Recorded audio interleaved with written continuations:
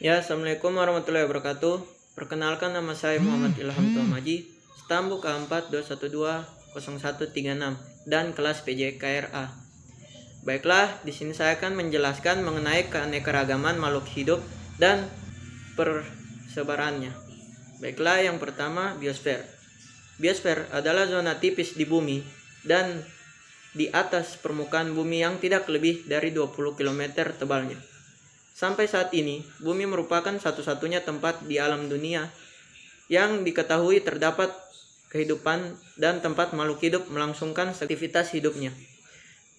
Makhluk hidup itu selalu berinteraksi dengan lingkungannya yang terdiri dari lingkungan tak hidup, abiotik, dan lingkungan hidup atau biotik. Biosfer terdiri dari sebagian lapisan atmosfer dan lapisan kulit bumi. Lapisan atmosfer adalah merupakan lapisan udara di atas bumi, membungkus bumi dengan gas-gas, dan terdiri dari 3 lapisan utama. Ya, baiklah, yang kedua adalah reproduksi makhluk hidup. Bagi setiap makhluk hidup, ada sesuatu di mana kemampuan untuk melaksanakan metabolisme, pertumbuhan, dan daya tanggapnya terhadap rangsang tidak memadai lagi untuk mempertahankan organisasinya yang rumit terhadap kekuatan-kekuatan lain. Serangan pemangsa, parasit, kelaparan, faktor lingkungan yang ekstrim, atau proses menua dapat mematikan makhluk hidup. Oleh karena itu, sebuah makhluk hidup menghasilkan individu baru melalui proses reproduksi. Proses yang dilakukan oleh makhluk hidup untuk menghasilkan individu baru atau keturunan dari jenis dinamakan reproduksi. Perkembangbiakan atau tujuan reproduksi adalah untuk mempertahankan kelestarian suatu spesies atau makhluk hidup. Ya, baiklah, yang ketiga adalah sel sebagai unit kehidupan.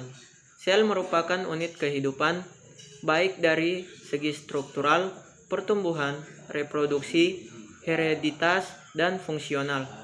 Sel sebagai unit struktural maksudnya adalah sel merupakan suatu satuan terkecil penyusun tubuh organisme. Organisme multiseluler tumbuhnya dibangun oleh banyak sel yang diperoleh dari pembelahan mitosis berulang-ulang sebuah sel tunggal atau monoseluler yang disebut zigot. Akibat organisme mengalami pertumbuhan, oleh karena itu dikatakan sel sebagai unit pertumbuhan. Zigot dihasilkan dari peluburan sel kelamin atau sel benih jantan dan betina. Karena dari sel kelamin dapat dihasilkan individu baru, sel dikatakan juga sebagai unit produksi. Masing-masing sel kelamin jantan dan sel kelamin betina membawa materi genetik atau genom sebagai penentu sifat. Ya, sekian dari saya. Bila ada kata-kata yang salah, mohon dimaafkan. Wabillahi taufiq wal hidayah. Wassalamualaikum warahmatullahi wabarakatuh. Salam olahraga. Jaya.